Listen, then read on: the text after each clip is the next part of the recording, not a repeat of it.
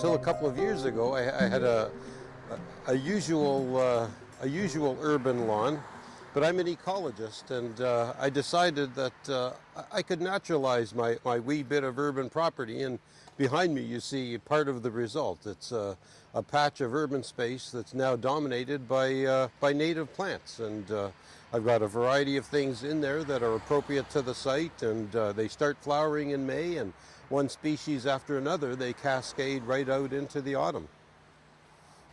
So instead of cutting grass and going to all of that effort, I pull weeds. That's how I manage my naturalized urban habitats. And I plant things that are appropriate to site, and then I manage the place by thinning things out and by pulling the alien plants. Those are the things that are weeds in my patch of naturalized space. The reason I've tried to naturalize my urban lot is to increase the abundance of native species and to not be part of the conventional horticultural game, which is to try to achieve pleasing floristic aesthetics, but by using non-native species. And as an ecologist, I know that whenever we bring in these aliens from other countries, we're rolling the dice with introducing another important ecological problem into our native ecosystems. There's a huge litany of cases of important ecopathogens that have been introduced to North America and to other continents for that matter through horticultural practice, and I didn't want to be part of that. The damages that non-native plants cause include the fact that a minority of them, but an important minority, invades natural habitats and changes them in ways that make them less suitable for native plants and animals. And some of the alien plants, when they're brought from Asia or Europe or wherever, they also bring with them diseases, pathogens to which closely related native species aren't tolerant. And this has caused some of our native plants to hugely decrease in abundance. And it's a result of diseases that have been introduced to North America through the cultivation of alien species. And we never know which of the aliens are going to be causing that kind of damage. You just have to do the experiment, bring them over, and see what damage is caused. You're rolling the dice, and I like to think that I'm avoiding all of that by growing native plants in my garden. So a couple of years ago, this was a normal-looking urban lawn, and the way I got my lawn off grass was, first of all, to dig up some native shrubs from a natural habitat where they were abundant. They had to be abundant so that I wouldn't cause significant damage to that place.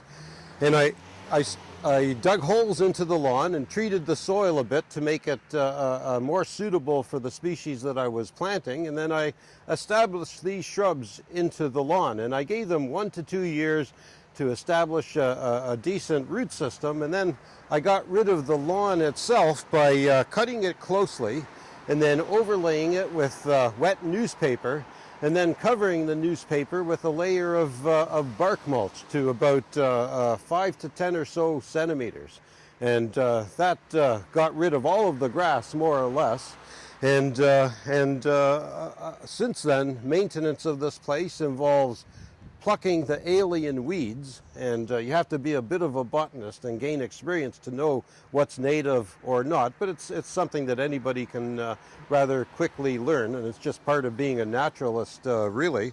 And occasionally I have to thin out the native species as well if one or several of them become a bit too aggressive. In fact, right now I'm standing in an open patch that a week ago was occupied by a big Spirea latifolia shrub, which had gotten a bit too big, in this case for my wife's liking, and she asked me to open up the garden a bit, and I did that by taking out that large shrub which was shading out some of the rest of the garden, at least from view, including these shrubby sanquifoils, these Potentilla fruticosas, which were one of my favorites, but I was having trouble seeing them because of the large shrub.